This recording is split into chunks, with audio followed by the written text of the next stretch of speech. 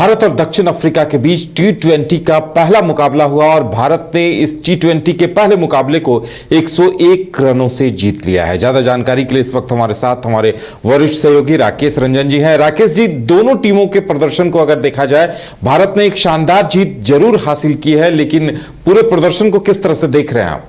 देखिए, अगर आप शुरुआत के लिहाज से देखें तो एक बेहतरीन शुरुआत टीम इंडिया के लिए, इससे बेहतर शुरुआत की आप उम्मीद नहीं कर सकते। हालांकि अगर मैच की शुरुआत आप देखें तो बहुत अच्छी शुरुआत नहीं थी टीम इंडिया के लिए, लेकिन जैसे जैसे मैच आगे बढ़ता गया टीम इंडिया ने मैच पर जो है अपना दबदबा बनाया। लेकिन मैच फिर से भारतीय टीम जीती, टॉस फिर से हार गई।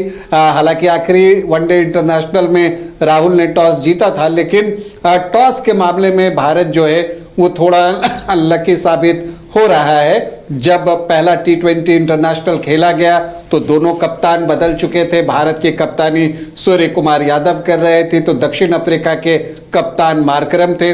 दोनों के बीच सिक्का उछला, सिक्का मार्करम के पक्ष में गया और जैसे कि उम्मीद थी उन्होंने बिना वक्त गवाए भारतीय टीम को पहले बल्लेबाजी के लिए आमंत्रित कर दिया। जब अभिषेक शर्मा और शुभमन गिल जो है क्रीज पर आते हैं, इस मैच में शुभमन गिल और हार्दिक पांड्या की एक समय के बाद वापसी हो रही थी। शुभमन गिल दक्षिण अफ्रीका के खिलाफ पहले टेस्ट में चोटिल होने के बाद अब तक बाहर थे, लेकिन अब वो टीम में आए और हार्दिक पांड्या एशिया कप के दौरान जो है चोटिल हुए थे और अब उनकी वापसी हुई है। हालांकि शुभमन गिल की वापसी वैसी नहीं रही, लेकिन हार्दिक पांड्या के लिए ये वापसी जो है जबरदस्त रही और आप कह सकते हैं कि वापसी पर हार्दिक पांड्या ने जश्न मनाया है। शानदार प्रदर्शन किया उन्होंने।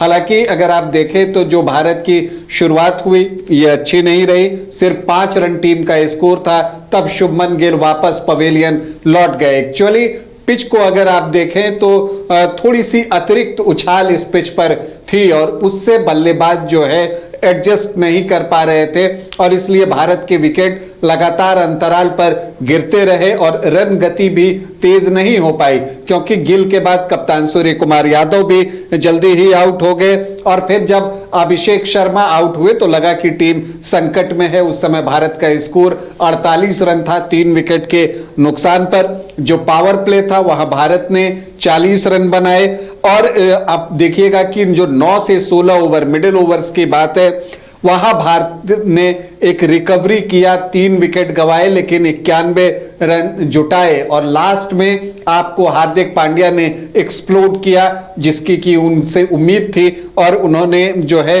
काफी तेजी से रन जुटाए और आखिरी 4 ओवर में भारत ने 44 रन बनाए। तो जो एक समय ऐसा लग रहा था कि भारतीय टीम 150 तक का ही आंकड़ा छू सकेगी, ये हार्दिक पांड्या की बल्लेबाजी थी जिसने स्कोर को 175 तक पहुंचा दिया।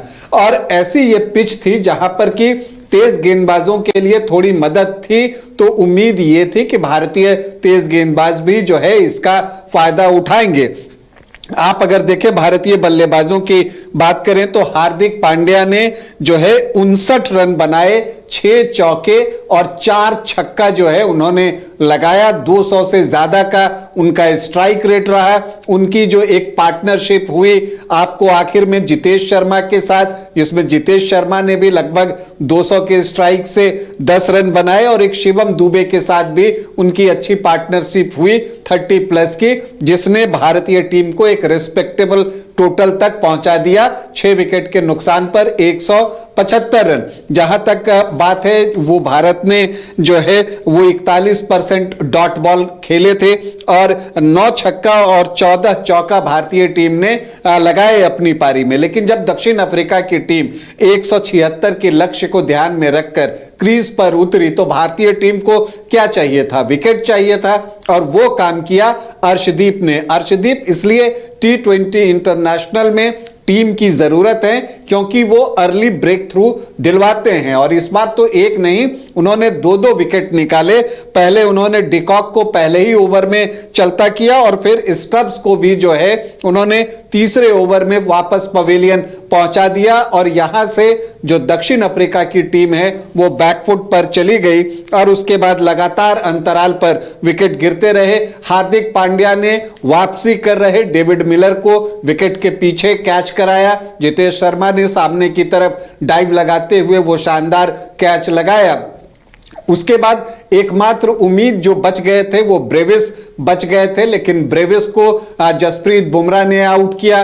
वो कुछ ज्यादा ही आक्रामक हो रहे थे और इसका शिकार हुए। 22 रन बनाकर जो है ब्रेविस आउट हुए और मैच वहीं पर एक तरह से सील हो गया था भारत के फेवर में। फिर अब औपचारिकताएं पूरी हुई, लेकिन दक्षिण अफ्रीका की टीम सिर्फ 12.3 ओवर खेल सकी, 12.5 ओवर। तो जब आप अपने कोटे के 20 ओवर भी नहीं खेल पाते तो मैच का परिणाम यही आता है जो आया है। अब अगर हम भारतीय जीत की बात करें कि भारतीय टीम कहां जीती, तो आप देखिए सबसे मजबूत पक्ष जो है वो हार्दिक पांड्या हैं, जिन्होंने की कमाल की बल्लेबाजी की और 59 रन बनाए और ताबड़तोड़ 59 रन बनाए जबरदस्त स्ट्राइक रेट के साथ और गेंदबाजी भी अच्छी की।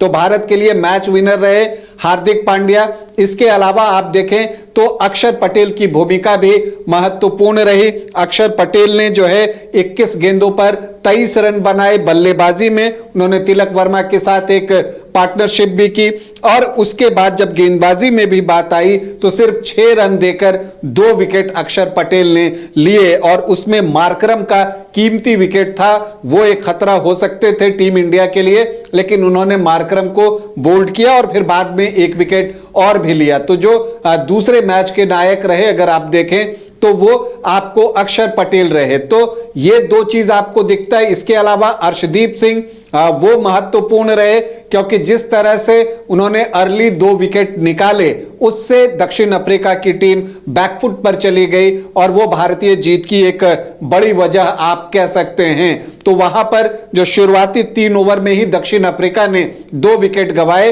वो उनकी हार का एक बड़ा कारण बना। इसके बाद जो है वरुण चक्रवर्ती आप चौथे कारण के तौर पर देख सकते हैं, क्योंकि उनकी गेंदों को जो मिस्ट्री बॉल वो डालते हैं उसको समझ पाने में दक्षिण अफ्रीकी टीम जो है वो सफल नहीं थी और उनके बल्लेबाज थोड़े कंफ्यूज भी दिखे उनका सामना करते वक्त। और यही वजह है कि वरुण ने 3 ओवर में एक मिडन भी डाला। T20 में मिडन ओवर एक रेयर साइट है, लेकिन वरुण चक्रवर्ती ने 1 ओवर मिडन भी डाला और 19 रन देकर उन्होंने भी 2 विकेट लिए। तो एक वजह भारत की जीत की यह भी रही कि वरुण चक्रवर्ती की गेंदों को समझ पाने में दक्षिण अफ्रीकी बैटर जो है वो परेशान रहे। इसके अलावा जितेश शर्मा की विकेट कीपिंग लाजवाब रही, खास करके जो 2 कैच उन्होंने लिए हैं, सामने डाइव करते हुए स्टब्स का कैच लिया, मिलर का कैच लिया, वो लाजवाब था। बाद में फरेरा का भी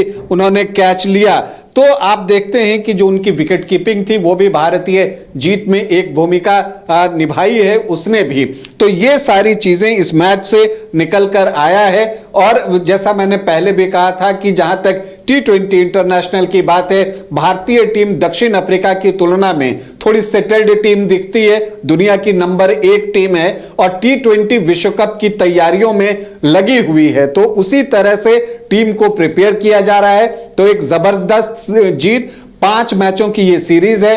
पहला मैच भारत ने जीतकर सीरीज में 1-0 की बढ़त हासिल कर ली है।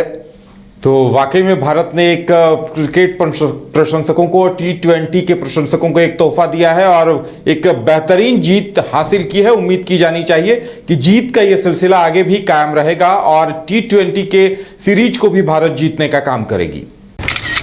अरे कहाँ चले सुबह सुबह? अरे चिंटू इंजीनियर, घर बन रहा है ना, TMT रिबार लेना है। कौन सा? कोई भी सस्ता वाला। और नया फोन? हाँ। ये कैसे लिया?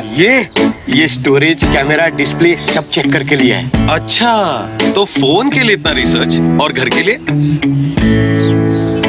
मतलब टाटा स्टील आशियाना पे रिसर्च करोगे तभी पता चलेगा कि टाटा टिस्कॉन 550 SD में है बेहतर ताकत और लचक, जो आपके घर को दे सुरक्षा के साथ सेविंग्स भी।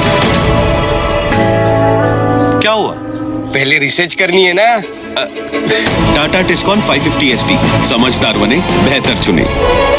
घर रहने का मकान भर नहीं, ये खुशियों की तिजोरी है।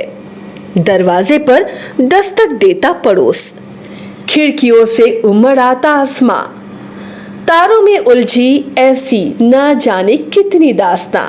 कहती हैं चले डायमंड सिटी, एक सफर हम सफर के साथ अपने घर तक। Diamond city, life long bonding, 500 से ज्यादा खुशहाल डायमंड परिवार। जल्दी करें, सिर्फ 200 फ्लैट बाकी। आज ही बुक करें अपना आशियाना।